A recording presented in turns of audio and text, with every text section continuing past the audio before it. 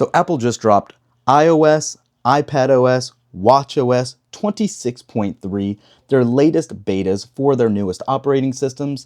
And we already talked about iOS and watchOS, so it's time to take a quick look at iPadOS 26.3. And as you can see, it has fully been updated. Let's jump right into settings, general, and about. And as you can see here, 26.3 beta 1 has a first build number of 23D5089E.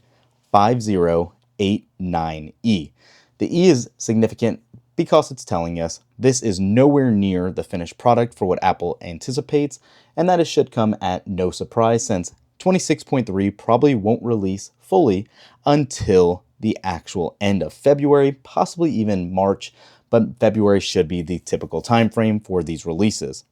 Aside from that, we got very limited new features in iOS, at least public facing on here, except for a new transfer to Android tool that we really didn't talk about in that video because we saw it after.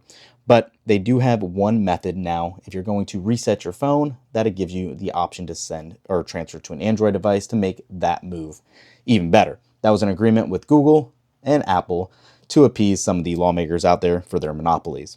But aside from that, no more about iOS. Jumping all around here, let's see if we have any new splash screens in any of the latest apps. Nothing for Apple TV. Everything looks pretty comparable in the music app as well. Let's actually go into, let's just do camera.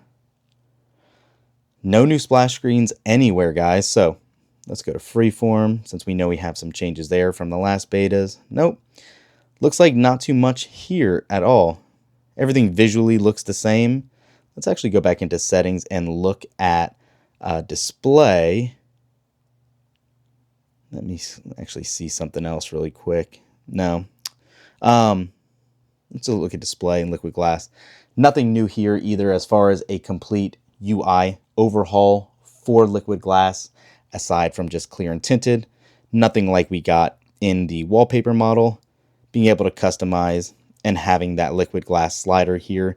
That is all we're still resorted to as far as customization options go for iPadOS, it looks like. Kind of a little disappointing here. I'm not seeing too much else. Everything seems kind of fluid though. Not bad for a first beta, I do have to say. Nothing really new of note or of change here.